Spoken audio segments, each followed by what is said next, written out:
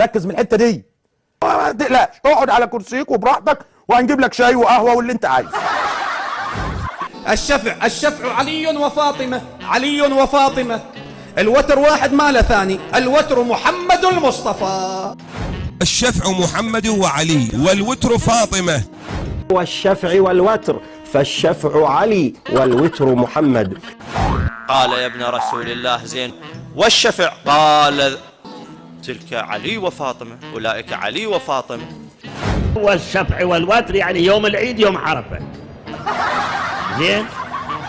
ممكن تطلق الشفع والوتر على الحسن والحسين، على رسول الله والإمام علي، وتطلق الوتر على الحسين بالذات.